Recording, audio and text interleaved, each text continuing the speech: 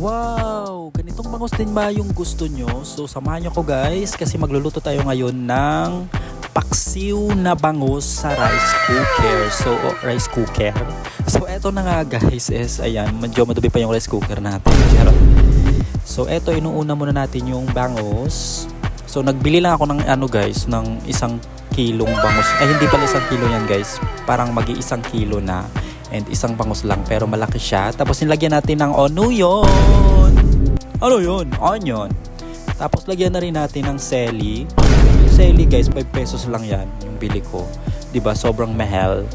So next naman guys is ginger. Ginger ba o ginger? Basta ginger.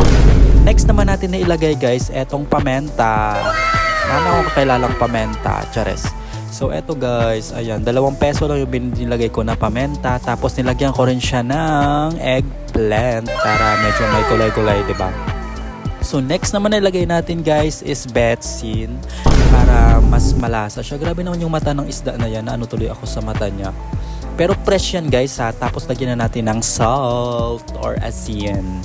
Next naman ilagay natin guys itong zuka. So much better siguro kung tuba to guys. Pero wala eh. Ito lang talaga yung available na suka. Itong silver swan. Next naman ilagay natin guys ay wala na pala. Tatakpan na natin at hintayin na nating makulo at maloto yung mga nilagay dyan. So ayan, kulo na nga guys at nagugutom na ako pero hindi pa natunaw yung asin. So ihahalo-halo lang natin yan para matunaw. So ayan, luto na siya guys and kakain na tayo. Yun lang, bye.